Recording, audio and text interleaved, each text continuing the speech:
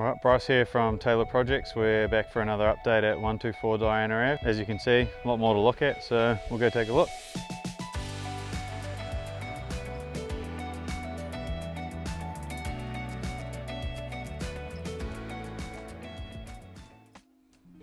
The Batman entrance. Sweet, so we're down the bottom at basically our feature wall of the job. It's a full abodo over the blocks with the integrated garage door and an integrated front door. Almost putting the front door in, but as it goes with Taylor Projects, there is always a curveball and the front door is not quite working. Basically your grand entrance really. What's quite cool, what I like about it, it's the first one we've done, so gonna have the teething issues. Fortunately, I didn't bugger this one up, so we're not gonna be paying for this one. Door comes out and as it swings, it has a little channel underneath that actually drops out. So once it hits full lock, there's a little grate kind of rain shield that drops out from inside the door. Doesn't matter too much because we do have the nice feet to cover us, but in the case of driving rain, it's all weather tight, which is quite cool. So we're in the Grandmaster garage. As you can see, nice and simple, but heaps of space. We've got provisions for car chargers in the future on both walls, so good selling point. These clients don't have electric cars, or they might have an electric car one day, so we've installed the provisions for that just in case one day we're not pulling walls apart and everything, and it's still going to be nice and tidy. This is where basically everything that runs the house is going to be. This big puppy of a hot water cylinder is going in there. Internet, power, all the smart home stuff is all in here. So the house is fully connected to everything. Front door is connected to the little iPad upstairs on the wall. Garage, speakers, yeah, whole nine. And this is where you control it from.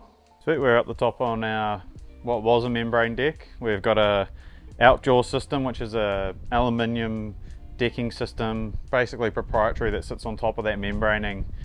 And with the heights, we were having issues, floor to membraning height. There are legal requirements and had a little bit of an architect mishap. Found an alternative, which is an outjaw decking system, which is steel frames, basically. And yeah, we've got our bamboo decking, which is actually looking really good. Very time consuming. It takes about 3 times as long to do this than a normal deck, I think, with the screws, and they're all set lengths. Time consuming, but it looks bloody good and you don't see any screws. It's nice and heavy and it weathers really well. Something else to note up here is the glass balustrading. So we've got the glass made and engineered to not have a top cap on it. When you're sitting down, there's nothing obstructing your view, and our client's main concern is the view of the hills and the mountains that way. So if they're sitting here, they don't want anything obstructing that view, so we made it work. Other end of the deck, we've got a gap here. We're currently getting a louver system made up, which is also the same color as our white joinery. That's going to give us a little bit of privacy, seeing this is the master bedroom too, from guests and people this way. Adjustable louvers, so you can let that light in and that view in when you want it, but also gives you the option of privacy from next door. So we're in the master ensuite, which has turned out awesome. Feature mosaics on this wall, going full height up to the skylight. Seamless level entry into the shower. Nice frameless glass. Simple shower niche. Hasn't been overdone and it just looks clean. We're here in the living lounge area, so ply ceilings all painted, lights in, speakers, all the smart home stuff. So amp and stuff down the bottom there behind the TV, courtesy of our electricians. Come over to the kitchen. It's a lot of white, but the flooring really offsets all of it. There's some cool little bits and pieces with this kitchen too. So if you come and have a look, boom, that's pretty cool. So whenever your kids are getting into your treat drawer, you know where to put them. Or if you're vertically challenged, that's a good drawer too, and you can't get to these ones. Got the fridge that looks like a cabinet, but there you go. Not your average cabinet, not your average kitchen, not your average house. Boom. Going from the kitchen area, dining to, we've got a little water closet in here, powder room for your guests when you're having your big parties and stuff. Office, attic ladder, space to be able to service our air conditioning in the future. Something that, you know, doesn't get thought about quite a lot at the start, but it's that serviceability of all these things. You put the $1 million items in your house, everything's powered from in the roof, and you don't have a nice easy access for those guys to come back again. they're going to be a lot less hesitant to come out and service it, because sometimes those guys are hard to get out. So if it's easy for them, it's easy for you. Come down to the guest living. This is where the guests are going to hang out, getting a custom made lock on that, so you can lock the grandkids down here. Everything's ducted in that part of the house, but with it stepping down, we had to sacrifice that for this part of the building. So what we've done is, and it's your grandkids, open a bloody window. Got a little aircon unit there that'll just rip down this hallway, and it's over the top for what we need, and it'll perform. There is a nice little kitchenette in here for when you lock those grandkids in and they need to make their 2-minute noodles. This is a fancy 2-minute noodle station. Looks good, and they're bloody bulletproof. I'd like to see one of the kids try and ruin that. You could fillet your fish in here. Got the guest bathroom, which is actually quite nice, so come and have a look. Same kind of thing, simplistic design, nice and simple. Big shower. You're gonna have kids in here. You're gonna need to be in there. Wash your dog. Got a nice little nib wall here to kind of separate that from our toilet. Also hides the toilet. So when you're looking from where you are at the moment, you don't actually see it. Both bathrooms are underfloor heated as well, which is awesome. I've never actually had underfloor heating before, so we've had it on a couple of nights here just to feel it underfoot, to get the experience. Nice and private, opaque glass windows.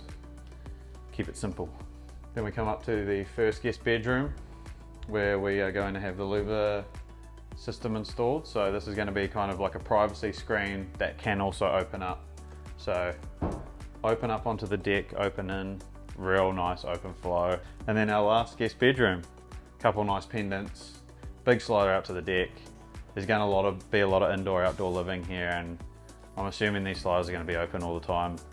People running in and out, ready for the family to come down and enjoy it.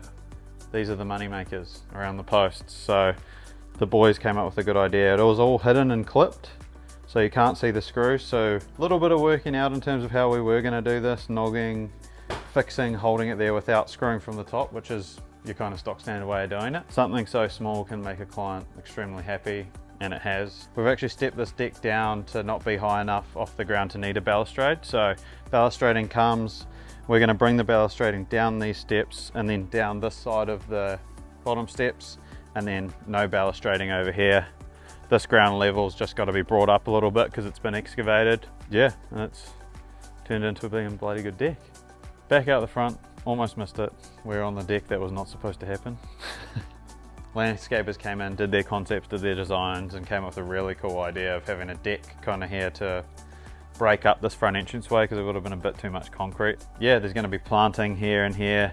This post is going to get cladded out and painted, and we're going to put a little 10mm gap there so it looks like the post is kind of floating. Give it a little bit of a feature while we can. What we've done as well is try to incorporate the landscaping into the decking. So we've extended the path down the side to be level with the deck here, so you kind of walk straight off. What you're going to be using it for realistically, you've got your wheelie bins, you've got stuff to carry from the garage up the side.